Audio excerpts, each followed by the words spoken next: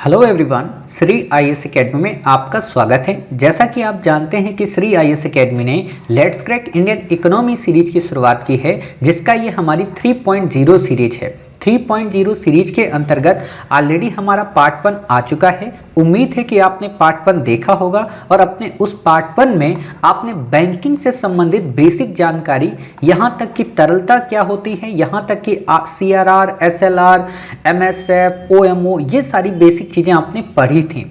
और ये भी देखा था कि वाणिज्यिक बैंक के टाइप्स क्या होते हैं। उसी दिशा में आगे बढ़ते हुए आज हम बेसिक चीज़ों को कवर करेंगे कि वाणिज्यिक बैंक एंड कोऑपरेटिव बैंक्स में क्या डिफरेंस है, अर्थात वाणिज्यिक बैंक और सहकारी बैंकों में क्या डिफरेंस है, क्षेत्रीय ग्रामीण बैंकें क्या होती हैं, सहकारी बैंक का मतलब क्या है, ग्रामीण बैंक का क्या मतलब है एंड विकास बैंक का क्या मतलब है। इन बेसिक कॉन्सेप्ट को जब कवर कर लेंगे तो ये हमारा बैंकिंग से संबंधित मोटे तौर पे टॉपिक कवर हो जाएगा। फिर हम अपने अगले पार्ट में जो सबसे इंपॉर्टेंट चीज़ है वो क्या है, शेयर मार्केट, म्यूचुअल फंड वगैरह, इन चीज़ों को कवर करने की कोशिश करेंगे और फिर आपको ये टॉपिक अच्छे से समझ में आ जाएगा। ठीक है, तो अभी हम शुरुआत करते हैं बेसिक के साथ में कि वाणिज्यिक बैंक और कोऑपरेटिव बैंक में क्या डिफरेंस होता है।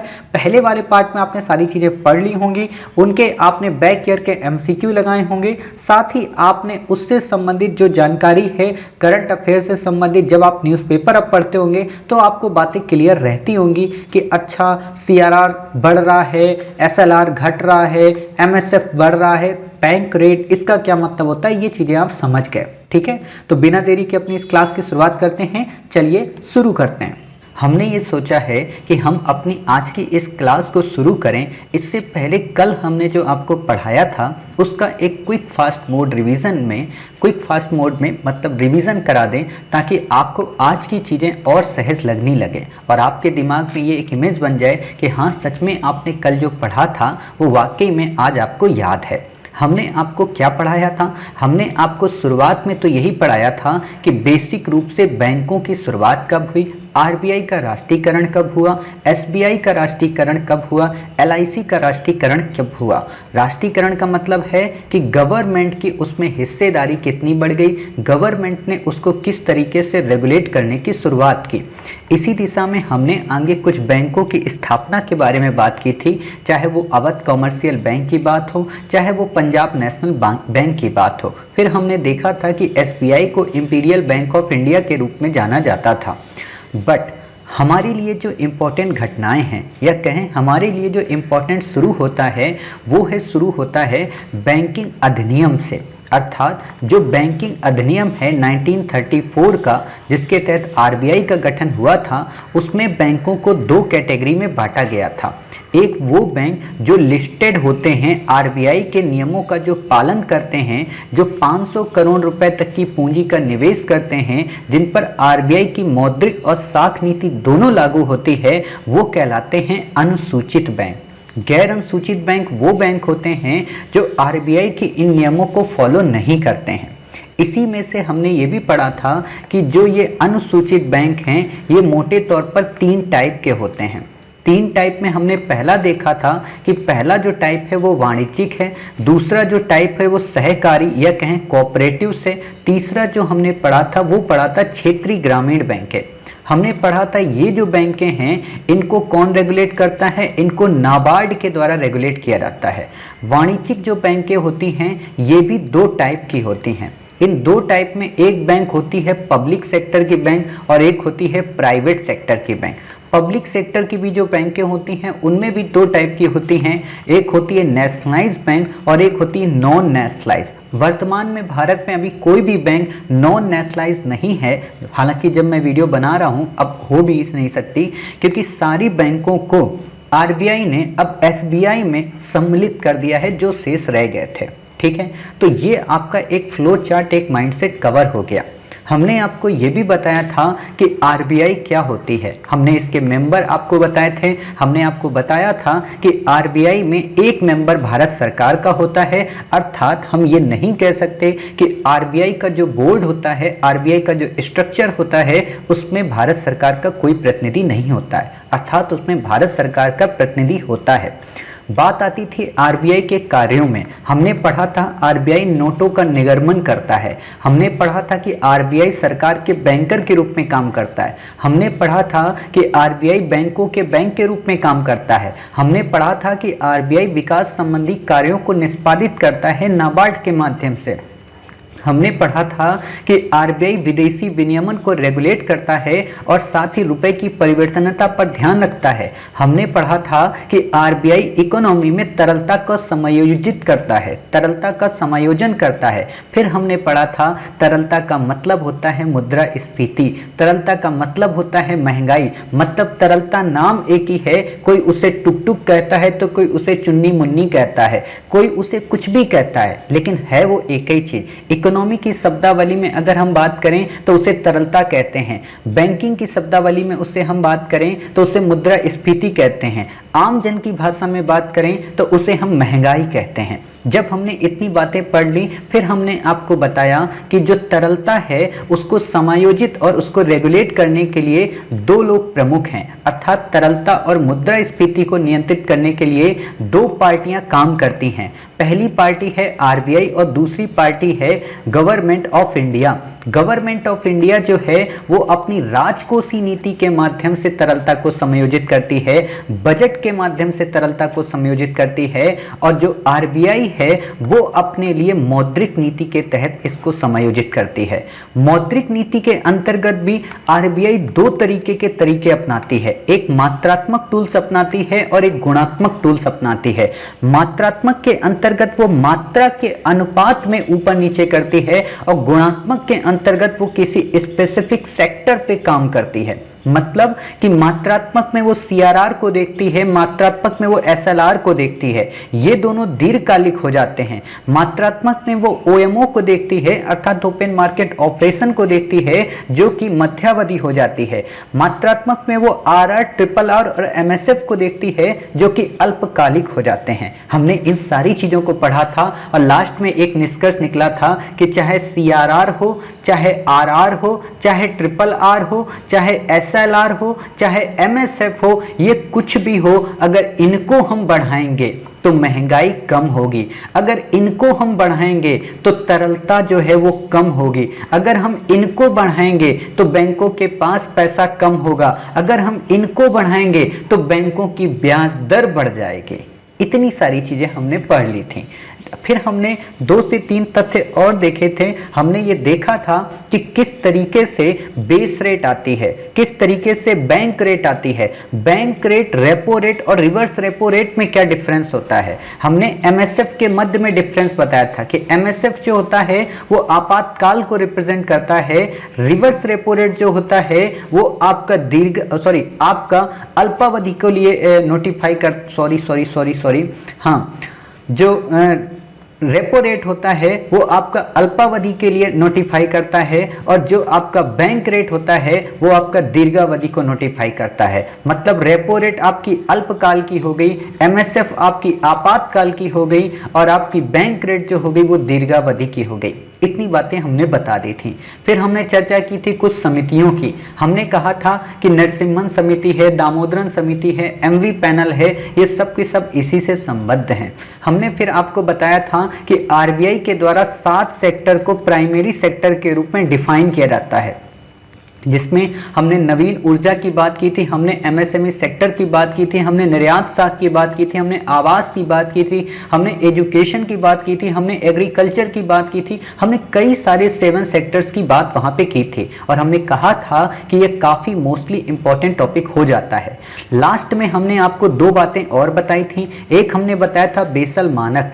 बेसल मानक में हमने आपको ये बताया था कि इसे बेसल स्टैंडर्ड कहते हैं, और जबकि एक बेसल कन्वेंशन होती है। और यूपीएससी ने आपसे इन दोनों पे ही क्वेश्चन पूछा है कि बेसल मानक क्या होता है और बेसल कन्वेंशन क्या होती है। तो आपने ईमानदारी से बताया था कि साहब जो बेसल स्टैंडर्ड होता है वो बैंकों से संबंधित होता है, भारत में बेसल मानकों को नहीं अपनाया जाता, क्योंकि भारत में ऑलरेडी आरबीआई एक केंद्रीय बैंक के रूप में अपनी नीतियों से इसे नियंत्रित करती है। फिर लास्ट में जाते जाते हमने एक और शब्द पढ़ा था कार। कार का मतलब कैपिटल एडिक्वेसी रेशियो अर्थात पूंजी पर्याप्तता अनुपात। हमने इसमें बताया था कि वो राशि जो जोखिम भारित होती है, अर्थात हमने किसी को कोई राशि दी, उस पे कितना जोखिम है मिलने और न मिलने का, उसका अनुपात कहलाता है कैपिटल एडिक्वेसी रेशियो।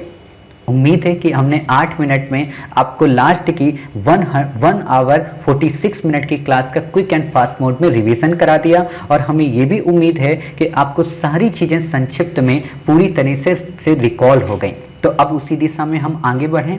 चलिए आगे बढ़ते हैं। देखो, इतना ही फास्ट आपको पढ़ना चाहिए और इतने ही क्रिस्टली आपके कॉन्सेप्ट क्लियर होने चाहिए। मतलब आप ये सोचो कि आपने जो पढ़ा है उसका एक फ्रेम क्या हुआ, और जिस दिन आप ये सोच लेते हो ना, तो उस दिन चीज़ें आपको काफ़ी स्मूथली और काफ़ी हाई लगने लगती हैं। अब सोचो, मैंने कल आपको पढ़ाया था, आज ना तो मेरे पास नोट्स है ना ही कुछ है, मैंने बस थ्रोली बोलना शुरू कर दिया। क्यों? क्योंकि मेरे दिमाग में कॉन्सेप्ट था, थिंकिंग थी। मैं चाहूँ तो आपको जितने भी सब्जेक्ट हैं उनमें से किसी भी सब्जेक्ट की कोई बुकलेट ना उठाऊं, कोई भी पीडीएफ ना उठाऊं, बस अपने पेन को ऐसे मूव करता रहूं। लेकिन वही है ना, फिर आपको दिक्कत होगी, क्योंकि मैंने ये कुछ भी बना दिया हड़प्पा की तरह, तो आपको लगेगा साहब ये गोला क्या है ना।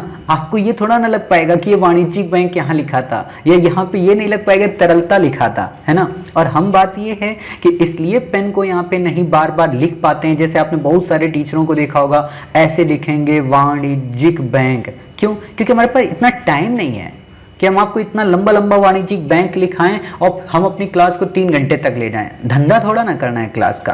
क्लास को एक धर्म मान के आपको मुझे पढ़ाना है कि आप अगर 1 आवर की क्लास देखें तो आपको लगे कि सच में आपने इसे अपना टाइम इन्वेस्ट किया था और उसकी काफ़ी अच्छे ढंग से आपको इंटरेस्ट रेट भी मिली थी। ठीक है, आप कहोगे सर आज तो इंटरेस्ट रेट की बात करने लगे क्लास को पढ़ाते वक्त। तो हाँ, वही चीज़ होता है ना, जब इकोनॉमी पढ़ते हैं तो इकोनॉमी की तरह मोहब्बत करनी चाहिए, इकोनॉमी की तरह हमारी विचार बनने चाहिए। ठीक है, तो देखते हैं वाणिज्यिक बैंक में और कोऑपरेटिव बैंक्स में क्या डिफरेंस है। आप में से कई सारे बच्चों को लग रहा होगा सर दावा ठोक के तो ऐसे बोले हो कि जैसे क्वेश्चन आ जाएगा। आएगा तो कैसे आएगा, आप बता दो हमें, और फिर क्यों कह रहे हो आएगा।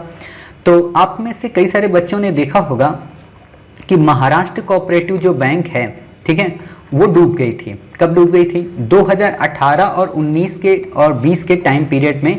मतलब 18 से शुरुआत हुई थी डूबने की, लेकिन 2020 तक आते आते वो डूबने लगी थी। ठीक है, आपने देखा होगा पंजाब नेशनल कोऑपरेटिव बैंक्स, वो भी डूबने लगी थी। ठीक है, आपने यस बैंक को देखा होगा, जो वाणिज्यिक बैंक थी वो भी डूब गई थी, जिसमें आपका फोन पे कुछ दिनों के लिए पोस्टपोन हो गया था, क्योंकि फोन पे को उस समय सर्विस दी जाती थी यस बैंक के द्वारा। फिर फोन पे अब इस समय जो चलता है वो चलता है आईसीआईसीआई बैंक के द्वारा। ठीक है, तो इतनी बातें आपको करंट की दिखनी चाहिए। खैर कोई बात नहीं दिखी तो हम तो है ना आपको दिखाने के लिए। तो वही चीज़ें हैं, ये इतनी घटनाएं जब चर्चा में रही थी तो भी यूपीएससी ने 2020 में प्रश्न नहीं पूछा था। क्यों नहीं पूछा था? क्योंकि देश के जितने भी बड़े बड़े संस्थान होते हैं ना, पुरोधा, उनकी सबसे मूर्खता यही होती है कि किसी भी टॉपिक को इतना डेप्थ में पढ़ा देते हैं कि यूपीएससी फिर क्वेश्चन ही नहीं पूछती है। उसको पता है कि भाई तुम धोलावीरा पे पढ़ा रहे हो, अब हम धोलावीरा पूछेंगे ही नहीं। कब पूछेंगे? जब तुम सब भूल जाओगे, मतलब 2 साल बाद पूछेंगे। तो वही यूपीएससी इसमें भी करेगी, क्योंकि अब कोई इसे नहीं पढ़ा रहा। वाणिज्यिक बैंक में क्या डिफरेंस है, कोऑपरेटिव बैंक्स में क्या डिफरेंस है, और ना मूर्ख बच्चे पढ़ने की तैयारी में, वो तो बस रट रहे हैं, फलाना का नोट्स ले आ रहे, फलानी की ये किताब ले आ रहे है ना। जैसे कल ही मेरे से एक सज्जन महोदय मतलब मेरे से पूछते हैं कि साहब इकोनॉमी के लिए कौन सी क्लासेस कवर करनी चाहिए। तो मैं थोड़ी देर के लिए तो मुस्कुराया, फिर मैंने सोचा इनको मैं क्या बताऊं। मैंने कह दिया कि साहब आप कोई भी पढ़ लो, इंडिया के टॉप मोस्ट एजुकेटर जितने भी सारे अच्छी पढ़ाते हैं। अब क्या कहें उनसे, हम उनको हम प्रूफ दें कि साहब जो हम पढ़ा रहे वो अच्छा पढ़ा रहे। तो वही बात है, इतना मेरे पास समय ही नहीं है कि हम किसी को सही मार्ग बताएं, क्योंकि कई बार सही मार्ग लोग एक्सेप्ट नहीं करते ना। वो प्रमाण, प्रत्यक्ष ही प्रमाण है, आंखों देखा हाल है, उसी चीज़ पे वो बातें करते हैं। खैर, आप लोगों को बस इकोनॉमी की क्लास अच्छी लग रही है, ये मुझे सबसे अच्छा लगता है। और ख़ास बात यही है कि इकोनॉमी मैं आपको पढ़ा रहा हूँ, आप जान के आश्चर्य में रहेंगे ना कि पहले वीडियो में भी मैंने बताया था कि मुझे इकोनॉमी एक समय में बिल्कुल भी नहीं आती थी। मतलब दुनिया का सबसे खराब सब्जेक्ट मुझे इकोनॉमी लगता था। जैसे मेरे 2 सब्जेक्ट दुनिया के मुझे सबसे खराब लगते थे, एक हिस्ट्री और एक इकोनॉमी। इन दोनों से मुझे सख्त नफरत थी। और हिस्ट्री में मैंने मतलब पीएचडी कर ली और इकोनॉमी में मैं अब पीएचडी करने वाला हूँ। मतलब इतना ज़्यादा अब ये दोनों मुझे आते हैं, इतने ज़्यादा दोनों मुझे प्यारे हैं कि कोई मुझसे कहते इकोनॉमी पढ़ाओगे, हाँ सर बिल्कुल पढ़ाएंगे। कोई मुझसे कह रहे हिस्ट्री पढ़ाओगे, अरे सर हिस्ट्री तो बिल्कुल पढ़ाएंगे। और आप देख रहे होंगे कि हम आपको लेट्स क्रैक सीरीज में सारे सब्जेक्ट पढ़ा दिए अभी तक, लेकिन हिस्ट्री नहीं पढ़ाया। क्यों? क्योंकि हिस्ट्री से इतनी ज़्यादा मुझे मोहब्बत है कि अगर मैं उसको पढ़ाने लगता हूँ तो फिर खो जाता हूँ। बाकी सब्जेक्ट फिर बेचारे बुरा मान जाते हैं, है ना। वो कहते हैं कि ठीक है साहब अब हमारे तुम्हारा ब्रेकअप हो गया, तो इसलिए मैंने उनको पहले मोहब्बत की, क्योंकि ये तो बेचारी नहीं नाराज़ होगी मुझसे, है ना, तो ये तो अपनी दोस्त ही है, तो इसको तो कभी भी मना लेंगे। तो हिस्ट्री इसीलिए मैंने लास्ट में रखा है। अब इकोनॉमी के बाद आपकी हिस्ट्री की ही क्लासेस शुरू होंगी लेट्स क्रैक में, ठीक है। तो खैर इतनी बातें मैंने आपको बता दी, आपका थोड़ा सा समय लिया क्योंकि आप इतनी स्पीड में 1.5 घंटे की क्लास को मैंने कवर कराया, तो थोड़ी देर के लिए दिमाग घूम गया होगा ना, तो इसलिए मैंने आपको थोड़ा सा बता दिया रुक के, ठीक है।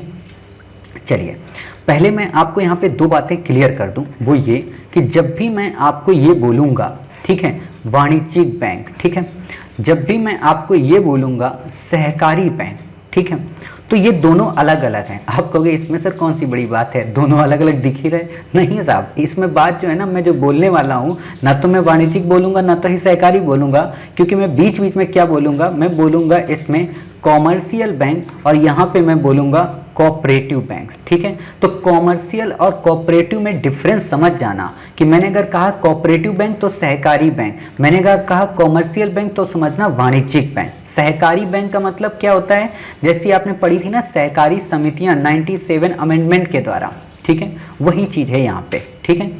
तो इस चीज़ को समझते हैं कि ये क्या है, और आपको पता है फंडामेंटल राइट में भी है सहकारी समितियाँ और आपका डीपीएसपी में भी सहकारी समितियाँ हैं, ठीक है। तो मैंने आपको वाणिज्यिक बैंक क्या बताया था कि आरबीआई की अनुसूची की द्वितीय अनुसूची में शामिल हैं, ठीक है, आरबीआई की मौद्रिक और साख नीति का पालन करते हैं। तो अब उन्हीं चीज़ों को हम यहाँ पे बेसिक से समझेंगे और फिर इसका बगल में हम कोऑपरेटिव बैंक से डिफरेंस कराएंगे, ठीक है। और हम ये चाह रहे हैं कि आपका दोनों बार 2 बार रिवीजन करा दें। कैसे? मान लो मैंने आपको यहाँ वाणिज्यिक बैंक पढ़ाया, फिर मैं आपको तुरंत कोऑपरेटिव बैंक्स बता दूँ, फिर मैं आपको जब कोऑपरेटिव बैंक्स पढ़ाऊँ तो फिर मैं वाणिज्यिक बता दूँ, ताकि आपके ये दोनों बार बिल्कुल चपक के, जिसको बोलते हैं ना चिपक के, मतलब एक दूसरे से गुंथित हो जाए, छूटे ही ना, मतलब फेविक्विक बन जाए एक तरीके का, ठीक है। तो वैसे ही मैं इसको समझाने की आपको कोशिश करता हूँ। तो पहली बात क्या है कि जो वाणिज्यिक बैंक होते हैं, ठीक है, वो मुख्यतः लाभ पर काम करते हैं। लाभ का मतलब कि उनको प्रॉफिट चाहिए होता है, उनको दुनिया की किसी भी चीज़ से कोई मतलब नहीं। अगर उन्होंने आपसे 4% में अपना आपका रुपया जमा करवाया है अपने पास, तो वो 6% में किसी को ऋण देंगे ही देंगे, अर्थात उनको 2% प्रॉफिट चाहिए ही चाहिए। लेकिन कोऑपरेटिव जो बैंक्स होते हैं वो नॉट फॉर प्रॉफिट पे काम करते हैं। अगर उन्होंने किसी जनता से 4% पे पैसा लिया है तो दूसरी पब्लिक को 4% पे ही पैसा दे देंगे, या हो सकता है कि वो 4.25% पे पैसा दे दें। क्यों? क्योंकि वो नॉट फॉर प्रॉफिट पे वर्क करते हैं। और जब भी मैं कहता हूँ ना नॉट फॉर प्रॉफिट, जैसे मैं आप लोगों को एक बात बता दूं, जैसे मैंने आपसे कहा कि श्री आईएएस एकेडमी एक नॉट फॉर प्रॉफिट इंस्टीट्यूट है। नॉट फॉर प्रॉफिट का मतलब क्या हुआ? ऐसा तो है नहीं इसमें पैसा नहीं लगता होगा, पैसा लगता है। लाइक जैसे सर्वर का हमारा पैसा जाता है, हमारी और फैसिलिटीज का पैसा जाता है, तो वो जो पैसा होता है उसे कौन पे करता है? उसे पीपीएफ, आप लोगों की नजरों में पीपीएफ कुछ लोग बोलते हैं ना, प्रखर प्रज्ञा फाउंडेशन, वो उसे पे करता है, ठीक है। वो कहाँ से इनकम लाता है? उसका कोई अपना बिजनेस है, वहां से वो पैसा यहाँ पे सेंड करता है, यानी कि वहां के प्रॉफिट को वो यहाँ ट्रांसशिफ्ट करता है और यहाँ से कोई प्रॉफिट किसी से नहीं लेता, है ना। तो ये नॉट फॉर प्रॉफिट हो गया। तो वही चीज होती कोऑपरेटिव बैंक्स में, मतलब कॉमर्शियल जो बैंकेज होते हैं वो प्रॉफिट पे वर्क करते हैं, लेकिन जो कोऑपरेटिव बैंक्स होते हैं वो प्रॉफिट पे वर्क नहीं करते। वाणिज्यिक जो बैंक होते हैं वो लाभ की धारणा पे प्रेरित होते हैं, जबकि सहकारी जो बैंक होते हैं वो लाभ की प्रेरणा से प्रेरित नहीं होते, ठीक है। दूसरी बात, सार्वभौमिक बैंक की तरह होते हैं वाणिज्यिक बैंक, क्योंकि ये बीमा भी देते हैं। इस लाइन का क्या मतलब? सार्वभौमिक का मतलब होता है सब कुछ, अर्थात सभी एक्टिविटी को फुलफिल करते हैं। मतलब ये शेयर मार्केट में भी पैसा इन्वेस्ट करते हैं, ये बीमा भी प्रोवाइड कराते हैं, ये आपका म्यूचुअल फंड भी प्रोवाइड कराते हैं, ये आपको एक तरीके से टाइमलाइन की सिक्योरिटी देते हैं कि आप 7 वर्ष में हमसे पैसा डबल ले लीजिए, 8 वर्ष में ये डबल ले लीजिए, ये सारी चीज़ें बताते हैं, ठीक है। तो यही सारी चीज़ें यहाँ पे समझने की ज़रूरत होती है। क्लियर इतनी बातें? तो सार्वभौमिक तरह के बैंक होते हैं और ये एक तरीके का बीमा भी देते हैं, ठीक। लेकिन बाकी जो कोऑपरेटिव बैंक्स होते हैं वो सार्वभौमिक नहीं होते, वो सेक्टर स्पेसिफिक होते हैं। सेक्टर स्पेसिफिक का मतलब अगर उनको बैंक का गठन किया गया है, मान लीजिए उनका गठन किया गया ग्रामीण सहकारी बैंक, तो ग्रामीण सहकारी बैंक का मतलब केवल गांव पे इंटेंस फोकस करेंगे। अगर उनको गठित किया गया है कृषि अवसंरचना सहकारी बैंक, तो वो केवल एग्रीकल्चर के इंफ्रास्ट्रक्चर को बिल्डअप करने के लिए ही लोन प्रोवाइड करेंगे, उसके अलावा किसी भी में नहीं। मतलब वो बीमा नहीं देंगे, ठीक है, वो बीमा नहीं देंगे, वो किसी भी तरीके का प्रॉफिट नहीं देंगे, ये सारी चीजें वो करते हैं, ठीक है। तो इतनी बातें आपको क्लियर हो गई। चलिए अब बात आती है इसमें तीसरा, क्या कि जो वाणिज्यिक बैंक होते हैं वो बैंकिंग अधिनियम की लगभग सभी धाराओं को फॉलो करते हैं। मतलब जो 1934 की जो बैंकिंग अधिनियम की जितनी भी धाराएं हैं आरबीआई के द्वारा जो बनाई गई हैं, उन सभी को फुलफिल किया जाता है वाणिज्यिक बैंकों के द्वारा। अर्थात जितनी भी कॉमर्शियल बैंकें हैं वो सब की सब बैंकिंग अधिनियम की धारा के अंतर्गत रेगुलेट होती हैं। बट कोऑपरेटिव बैंक्स के ऊपर सभी बैंकिंग अधिनियम की धाराएं लागू नहीं होती हैं, ठीक है। चौथी बात यहाँ पे कि ये पूर्ण रूप से आरबीआई के नियंत्रण में काम करते हैं, अर्थात इन पर आरबीआई का पूर्ण रूप से नियंत्रण होता है। लेकिन वहां पे कौन नियंत्रण करता है? नाबार्ड, ठीक है। तो ये बातें आपको क्लियर हो गई। फिर यहाँ पे अगला पॉइंट आता है कि इन पर आरबीआई की मौद्रिक एवं साख नीति का सीधा सा इंपैक्ट पड़ता है। मतलब आरबीआई ने अगर कहा कि सीआरआर हम 4% से 5% कर देंगे, मान लीजिए आरबीआई ने कहा कि आपको इन सेक्टर्स पे ऋण नहीं प्रोवाइड कराना है, इन पे प्रोवाइड कराना है, तो इसका इंपैक्ट डायरेक्ट देखने को मिलेगा। बट आरबीआई कोऑपरेटिव बैंक्स के मामले में साख नीति का और मौद्रिक नीति का सीधा सा इंपैक्ट नहीं डाल पाती। समझ गए इतनी बातें? अब आपको क्लियर हो गया। मैं अगर फिर से इसको एक क्विक एंड फास्ट मोड में रिवाइज करा दूं इतने सारे पॉइंट तो आपको पता चल जाएगा। पहला कि जो कॉमर्शियल बैंक होते हैं वो प्रॉफिट पे वर्क करते हैं, जो कोऑपरेटिव बैंक्स होते हैं वो नॉट फॉर प्रॉफिट पे वर्क करते हैं, जो कॉमर्शियल बैंक होते हैं वो सार्वभौमिक बैंक होते हैं, मतलब वो बैंकों के अलावा भी, बैंकिंग कार्य के अलावा भी अन्य कार्यों को भी संपादित करते हैं, जबकि जो कोऑपरेटिव बैंक्स होते हैं वो सेक्टर स्पेसिफिक होते हैं। जो कॉमर्शियल बैंक होते हैं उन पर बैंकिंग अधिनियम की सभी धाराएं इंप्लीमेंट होती हैं, वो आरबीआई के पूर्ण नियंत्रण में होते हैं, उन पे आरबीआई की मौद्रिक एवं साख नीति का सीधा इंपैक्ट पड़ता है, जबकि कॉमर्शियल बैंक में ऐसा कोई भी इंपैक्ट देखने को नहीं मिलता, क्योंकि वो नाबार्ड के द्वारा रेगुलेट किए जाते हैं, जो आरबीआई का ही एक पेरेंट है। ठीक है, तो इतनी बातें क्लियर हो गई। चलिए अब देखते हैं अगला, इसमें कोऑपरेटिव बैंक सामान्य तौर पर क्या होते हैं। ठीक है, तो कोऑपरेटिव बैंक से लाभ के आधार पर काम नहीं करते, यानी कि नॉट फॉर प्रॉफिट होते हैं। अब देखो इजी हो गया होगा ना, अरे यार सर अब तो याद हो गया बिल्कुल पूरी तरीके से। अब यहाँ पे मैं एक बात बताऊं, जैसे मान लो मैंने यार बोल दिया है ना, आप में से कुछ बच्चों के दिल और दिमाग में चुभ गया होगा, तो वो इसलिए होता है ना कि थोड़ा सा हमें आप लोगों से प्यार मोहब्बत है ना, तो इन शब्दावलियों को थोड़ा सा हटा दिया करिए। मतलब क्योंकि हम उस इंटेंशन से नहीं बोलते जिस इंटेंशन से आप समझ जाते हैं कुछ बच्चे कि नहीं सर हमें हर्ट कर गया, हमारा दिल चुभ गया, आपने ऐसा कैसे बोल दिया, है ना। हमारा तो उद्देश्य है कि आप हैप्पी रहें, जिंदगी खुशी से अपनी गुजारें। ठीक है, कुछ निश्चित क्षेत्रों में लोगों को वित्तीय सुविधाएं ये उपलब्ध कराते हैं, इन पर बैंकिंग अधिनियम की कुछ ही धाराएं लगती हैं। अब आप देख सकते हो रिपीट हो रहा है ना, चीजें याद हो रही हैं। ठीक है, ये आरबीआई के सीधे नियंत्रण में नहीं होते, ये नाबार्ड के नियंत्रण में होते हैं, जो आरबीआई की ही एक बैंक है, मतलब पेरेंट है। इस पर साख एवं मौद्रिक नीति पूर्ण रूप से लागू नहीं होती। अब एक बात बता दीजिए भाई साहब, मैं भी चाहता तो दोनों अलग अलग पढ़ा देता, मैंने तुलना क्यों कर दी? क्योंकि यूपीएससी है बाबूजी, यूपीएससी इंडिपेंडेंट क्वेश्चन नहीं पूछती है। ऐसे नहीं पूछेगी अच्छा बाबूजी कोऑपरेटिव बैंक्स को बता दो, नाबार्ड के नियंत्रण में होती है, हाँ नंबर 1 सही, नंबर 2 इस पर साख एवं मौद्रिक नीति पूर्ण रूप से लागू नहीं होती।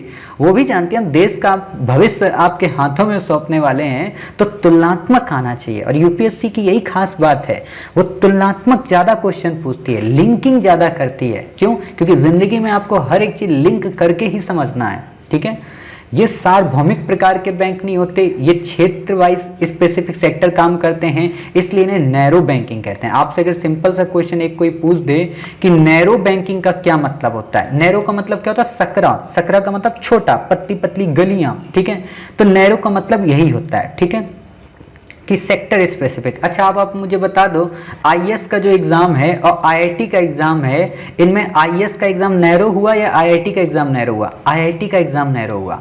आईएएस का जो एग्जाम है वो नैरो नहीं है, आईएएस का एग्जाम सार्वभौमिक एग्जाम है, मतलब इसमें सब कुछ आता है, ठीक है। आईआईटी में सेक्टर स्पेसिफिक होता है, उसमें आपसे हिस्ट्री नहीं पूछेगा, पॉलिटी नहीं पूछेगा, ज्योग्राफी आपसे नहीं पूछेगा। हाँ, ज्योग्राफी का जो यूज हो सकता है वो यूरेनस मैं कह रहा हूँ, वो ब्रह्मांड को समझने में, यूनिवर्स को समझने के काम आ सकता है, ठीक है, वैसे आपसे नहीं पूछेगा, ठीक।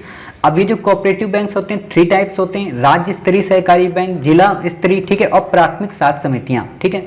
आपने देखा होगा कि आपका राज्य जो भी होगा, ठीक है, मान लीजिए आप लोग झारखंड से हैं, ठीक है, या मान लीजिए, देखो सबसे बड़ी बात यही होती है ना, हमारे देश में इस समय 28 स्टेट्स हैं, ठीक है, तो बताने में भी मुझे थोड़ा अजीब लगता है कि मैं अगर 2 लोगों का नाम ले लिया तो बाकी बच्चे बेचारे नाराज हो जाएंगे, बिहार वाले नाराज हो जाएंगे कि यार उत्तर प्रदेश का नाम क्यों ले लिया, जबकि आपको पता होना चाहिए बिहार और उत्तर प्रदेश सगे संबंधी है। तो ये समझ लो अगर मैंने बिहार का नाम ले लिया तो उत्तर प्रदेश अपने आप आ गया, खुश हो गया, ठीक है, और बिहार का सगा संबंधी है कौन? झारखंड। तो सिंपल सी बात है, अगर मैंने झारखंड का नाम ले लिया तो बिहार आ गया और अपने आप यूपी आ गया, तो तीनों समेट गए ना, और छत्तीसगढ़ इसका पड़ोसी है। तो इतनी दोस्ती बना के रखो कि अगर मैंने एक स्टेट का नाम लिया तो 4 अपने आप सिमट गए।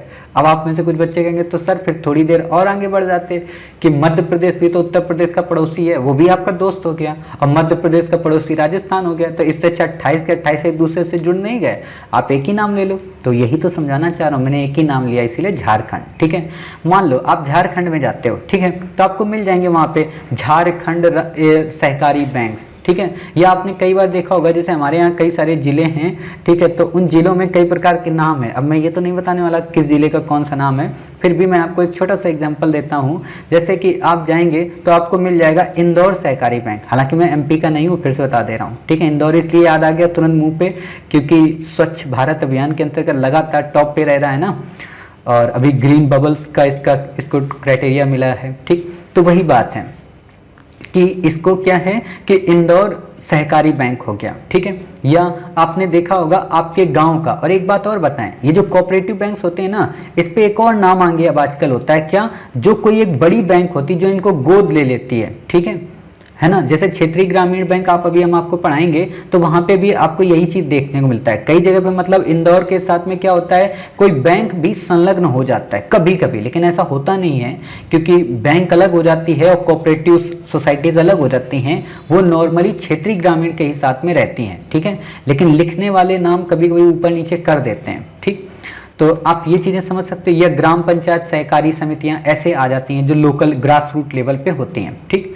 हालांकि आपको नहीं देखना है, ना ही आपको याद रखना है, ऐसा जब कलेक्टर आप बनेंगे तो आप खुद ही देख लेंगे सारी चीजें, ठीक है। वाणिज्य, अब कुछ और इम्पोर्टेंट तथ्य रह गए थे, ये मैंने आरबीआई की वेबसाइट पे जाके निकाले थे, ठीक है। तो ये इंपॉर्टेंट हैं, काफ़ी इंपॉर्टेंट, इसको भी इंटरलिंक करा सकता है वहाँ पे तुलनात्मक रूप में, ठीक है। क्या है कि वाणिज्यिक बैंक का जो गठन होता है वो संसद के द्वारा पारित अधिनियम के तहत होता है, जबकि जो कोऑपरेटिव बैंक्स होती हैं उनकी जो स्थापना होती है वो अलग अलग राज्यों द्वारा बनाई गई कोऑपरेटिव सोसाइटी के द्वारा की जाती हैं, ठीक है। इतनी बातें समझ गए कि मतलब वाणिज्यिक बैंकों का गठन संसद और राज्य सहकारी समितियों का गठन क्या होता है, राज्य के वहां के विधानमंडल के द्वारा या कहें राज्य सरकार के द्वारा किया जाता है। सभी वाणिज्यिक बैंक आरबीआई से पुनर्वित्त की सुविधाएं ले सकते हैं, जबकि सहकारी ढांचे के अंतर्गत केवल राज्य सहकारी बैंकों को ही भारतीय आरबीआई के पास पहुंच का अधिकार प्राप्त है। मतलब केवल और केवल राज्य सहकारी बैंक ही आरबीआई के पास जा सकती है, डिस्ट्रिक्ट यानी कि जिला और प्राथमिक साख समितियां ये आरबीआई से जाके पुनर्वित्त नहीं ले सकती। पुनर्वित्त का मतलब क्या होता है कि एक बार हम उनसे 5 रुपए मांग लाए, दोबारा चले गए बाबूजी 2 रुपए और दे दो, है ना। तो आरबीआई ये थोड़ा ना कहेगा नहीं नहीं नहीं नहीं देंगे आपको, पहले 5 रुपए ले गए थे उसके कंपट खा गए, अब 2 रुपए फिर मांग रहे हो, यानी कि चूरन खाओगे जाके, बिल्कुल भी नहीं देंगे, है ना। ऐसा नहीं कह सकती वाणिज्यिक बैंकों को। लेकिन सहकारी बैंकों में केवल राज्य सहकारी बैंक जाएंगे और उनको भी देगा। बाकी अगर जिला वाला पहुंच गए, बाबूजी 5 रुपए दे दो ना, 2 ठो सेंटा फ्रेश लाने हैं, वो बोलेगा पागल हो क्या, 2 रुपए के 2 सेंटा फ्राइज आते हैं, 5 रुपए क्यों ले रहे हो, 2 रुपए ले जाओ, है ना। फिर वो कहेगा ना ना ना ना, तुमको 2 रुपए नहीं देंगे, तुम बेईमान टाइप के इंसान हो, राज्य वाले को बुलाओ, उसको दे देंगे, तुम उससे ले लेना जाके। समझ गए। तो राज्य वालों को देता है, बाकी नीचे वालों को नहीं देता है। ठीक।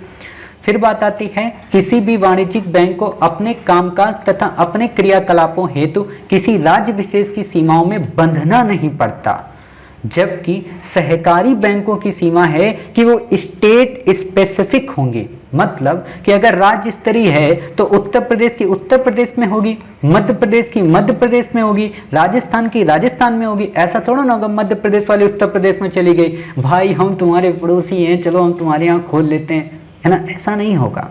ठीक है। और एमपी के लोग ये भी नहीं कहेंगे भाई साहब हम एक काम करते हैं ना, हम वसुधैव कुटुंबकम के सिद्धांत पे काम कर रहे हैं तो हम आपका कल्याण कर देते हैं क्योंकि आप बहुत बड़े क्षेत्र में निवास करते हो। ऐसा नहीं होगा। ठीक है। एमपी वाले बेचारे नाराज हो जाएंगे, राजस्थान वाला कहेगा हमारे यहाँ नहीं आ सकते थे, हम तो आपका बहुत अच्छे से स्वागत करते, है ना, बढ़िया आपको दाल बाटी चूरमा सब खिलाते, है ना। तो एमपी वालों से ये चीज़ें नहीं होंगी। एमपी वाले कहेगा हम पोहा खा के ठीक है भाई साहब, आप मत बुलाइए हमको। ठीक है। तो ये चीज़ें नहीं होती हैं। लेकिन जो वाणिज्यिक बैंक होते हैं वो सभी क्षेत्र में जा सकते हैं, मतलब उत्तर प्रदेश में भी, मध्य प्रदेश में भी, राजस्थान में भी। आपने देखा होगा एसबीआई की ब्रांचेस इंडिया के हर एक लेवल पे हैं। ठीक है। चाहे वो उत्तर प्रदेश हो, मध्य प्रदेश हो, आपका गांव हो, आपका शहर हो, आपका राज्य हो, आपका जिला हो, हर जगह पे है। ठीक है। तो ये खूबी होती है। लेकिन कोऑपरेटिव बैंक्स केवल स्टेट स्पेसिफिक होते हैं। सिंपल सी बात वही है, जैसे सुप्रीम कोर्ट पूरे भारत के लिए कानून बना सकता है और जो हाई कोर्ट है वो केवल अपने स्टेट को ही देखता है, स्टेट के ही डिसीजन, अपने स्टेट के ही इश्यूज को सॉल्व करने की कोशिश करता है। ठीक है। बशर्ते उसका दूसरे स्टेट से कोई विवाद ना हो। ठीक। तो इतनी बातें आप समझ गए। चलिए, इतनी बातें जब समझ गए तो फिर बात आती है कि वे केवल निर्धारित क्षेत्र में ही अपना कार्य सीमित रखते हैं। मतलब जैसे मैंने अभी आपको बता दिया है ना कि राज्य वाले जो हैं केवल अपने निर्धारित सेक्टर पे ही काम करते हैं, मतलब अपनी फील्ड पे ही काम करते हैं। ठीक है।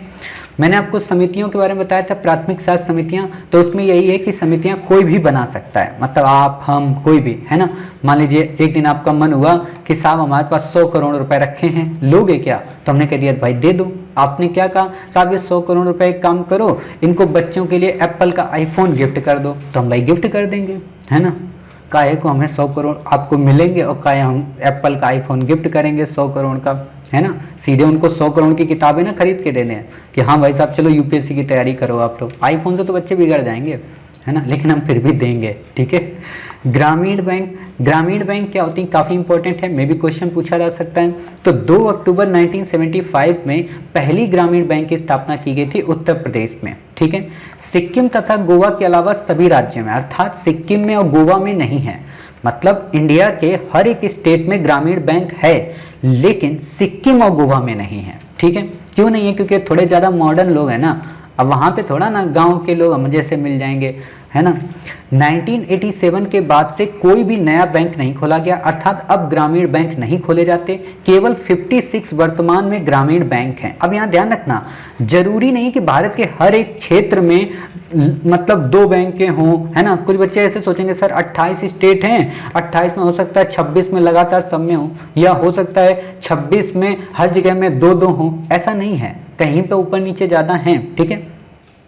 तो 56 ग्रामीण बैंक हमारे देश में इस समय कार्यरत हैं, जो कि अल्पकालिक और दीर्घकालिक ऋण देते हैं। ठीक है। समितियां जो होती हैं वो केवल अल्पकालिक ऋण देती हैं। अगर आपसे क्वेश्चन ये पूछते हैं कि समितियों में और ग्रामीण बैंकों में क्या डिफरेंस होता है, तो आप ईमानदारी से बता देना कि साहब समितियां जो होती हैं वो थोड़े समय के लिए लोन देती हैं, और जो आपकी ग्रामीण बैंक होती है वो बड़े समय के लिए। अब आप में से कुछ बच्चों को समितियाँ नहीं समझ में आया होगा, तो मैं आपको फिर से एक बार समझा देता हूँ। जैसे आप लोग कई दिनों से सुनते होंगे ना, आपके पिताजी, आपकी माताजी, आपके मोहल्ले में, आपके गांव में कई सारे लोग क्या होंगे कि मान लो 10 लोग होंगे या 20 लोग होंगे, आपस में मिलके ग्रुप चलाते होंगे, जिसको कई बार आपने नाम सुना होगा, कमेटी का आ जाता है कि कमेटी में आज पैसा डालना है। ठीक है।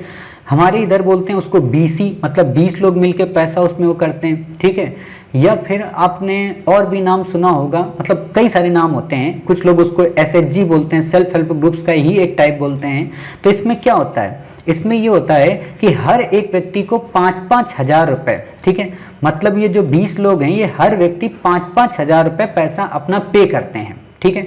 अब 5-5 हजार रुपए जब ये पे करेंगे, ठीक है, तो इससे क्या होगा कि उस दिन मान लो 15 तारीख उन्होंने डिसाइड कर ली कि हर व्यक्ति को 15 तारीख को 5-5 हजार रुपए आके एक जगह पे बैठ के पैसा पे करना है, ठीक है। अब 5-5 हजार जब सब ने पे किए तो आप बताओ कितने रुपए हो गए? इसमें हमारे हो गए 1 लाख रुपए जाके, ठीक है। 0,0,0,3 ये हो गए, 4 ये आपका हो गया है ना, 5 दूना 10, 1 5 0 ये हो गए, इकाई, दाई, सैकड़ा, हजार, 10 लाख, ठीक है। 1 लाख रुपए ये हो गए। अब 1 लाख रुपए यहाँ पे एक साथ आ गए 20 लोगों के, तो यहाँ पे जानते हो क्या होता है? यहाँ पे होता ये कि जिस व्यक्ति को जरूरत है, ठीक है, पैसे की, है ना, अब सोचना यहाँ पे 5,000 रुपए उसने दिए थे, लेकिन उसको जरूरत है कितने की? 80,000 रुपए की। तो उसने क्या किया कि 80,000 रुपए, उसने कहा भाई साहब हमें 80,000 रुपए आज इस महीने जरूरत है, ठीक है। तो उसको 80,000 रुपए इससे मिल गए। अब बचे कितने? 20,000 रुपए, ठीक है। 80,000 मिलने के बाद जो 20,000 बचे ना, इन 20,000 को इन सभी 20 लोगों में इक्वली डिस्ट्रीब्यूट कर दिया जाता है, मतलब सबको 1-1 हजार रुपए दे दिया जाता है, ठीक है। मतलब उसको भी मिल जाता है, 1-1 हजार रुपए सबको दे दिया गया, ठीक। अब आप एक बात बताओ, 5,000 रुपए लगाने पर, ठीक है, इनको 1,000 रुपए एक महीने का तुरंत मिल गया। मतलब इतना बड़ा इंटरेस्ट किसको मिलेगा? यानी कि 5 महीने में आपका 5,000 फ्री हो जाएगा अगर ऐसे ही कोई मिलेंगे। दूसरी चीज, जो सज्जन जिन्होंने 5,000 रुपए दिए थे उनको 80,000 रुपए मिल गए बिना कोई इंटरेस्ट पे किए।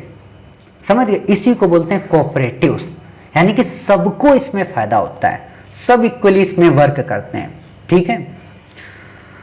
आप मत खोल लेना, सहेलियों के बीच में भाग के चले जाएंगे, सारे के सारे पैसे डूब जाएंगे आपके, ठीक है।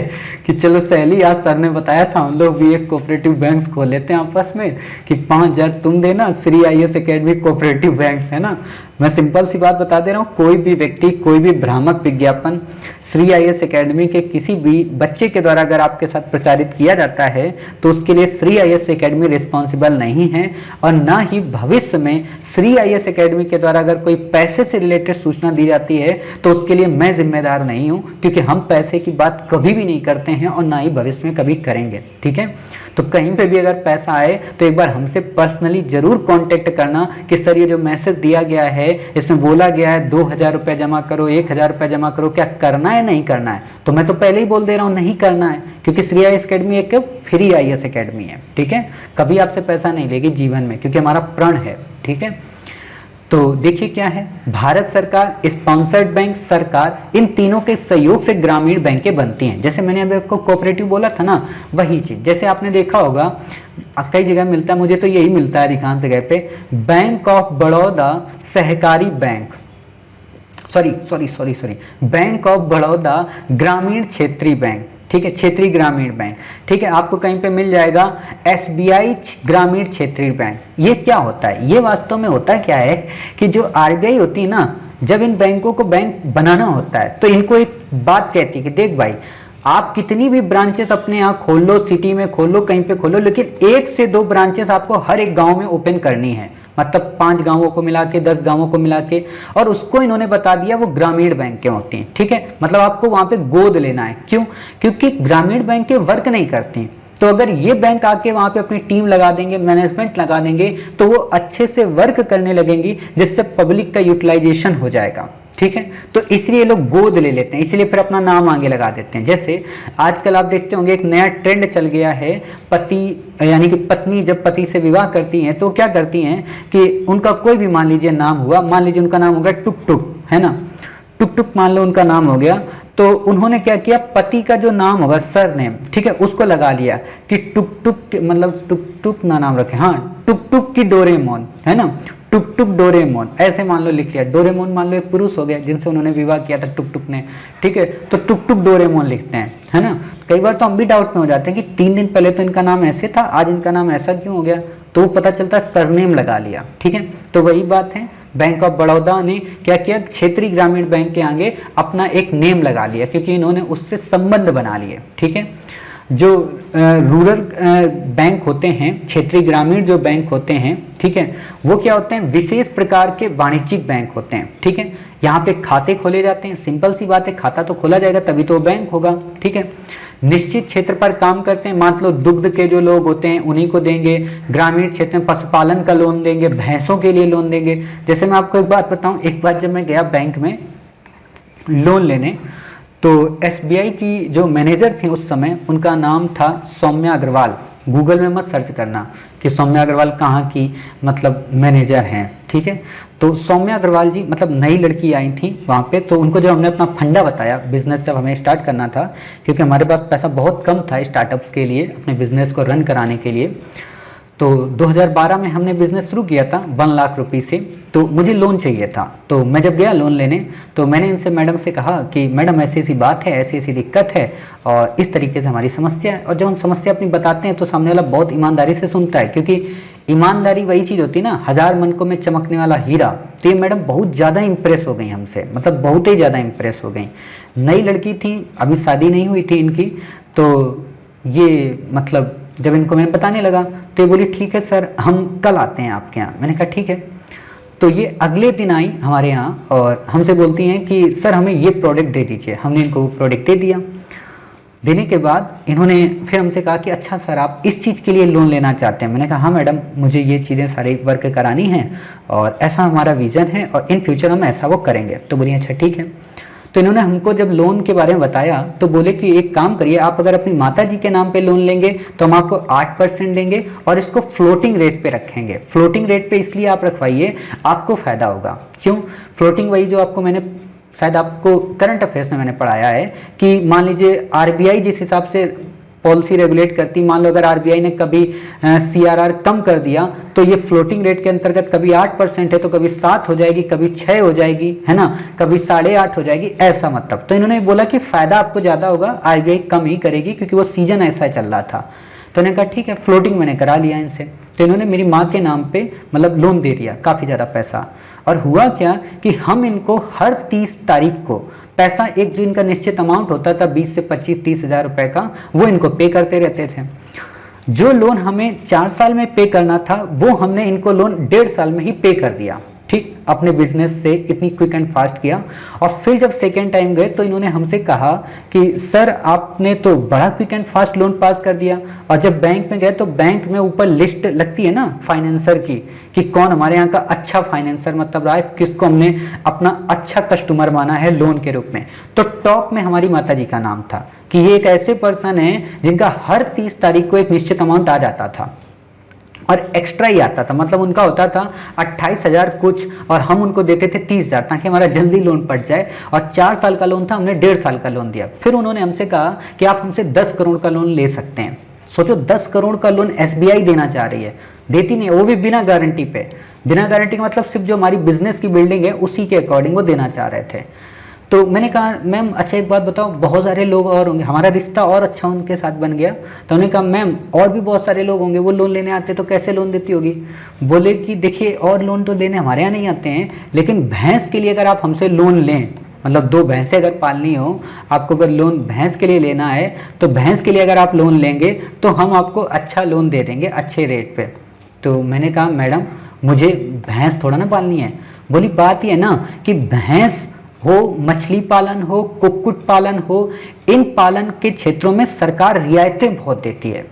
इसके लिए सरकार क्या करती है, ग्रामीण बैंकों की बात करती है। तो हम आपको जो लोन देंगे वो एसबीआई की जो आपके यहाँ ग्रामीण शाखा है उससे दिलवा देंगे और वो आपको बहुत ही कम इंटरेस्ट रेट पे लोन पे कर देंगे। मैंने कहा अच्छा, तो वही बात यहाँ पे थी, ठीक है, कि कुक्कुट पालन मतलब जो मुर्गी उर्गी पालन होता है, मछली पालन, इसके लिए सरकार बहुत सस्ते रेट पे लोन देती है ताकि इकोनॉमी को काफ़ी प्रॉस्पर बनाया जा सके और एक्सपोर्ट को काफ़ी ज़्यादा बढ़ावा दिया जा सके और भारत में जो रोजगार है उसको डेवलप किया जाए। जो लोग ये कहते हैं ना सरकार रोजगार नहीं दे रही, सरकार बेरोजगार, मूर्ख हैं वो बच्चे बेरोजगार वाले। भाई सरकार सबको रोजगार नहीं दे सकती ना, सिंपल सी बात है। सरकार 130 करोड़ आबादी को रोजगार नहीं दे सकती। ये आपकी रिस्पॉन्सिबिलिटी है कि आप खुद का अपना रोजगार खोल लो। हमने खोल तो लिया, मान लो बेरोजगार ही है एक तरीके से, हालांकि हम बेरोजगार नहीं है, ठीक है।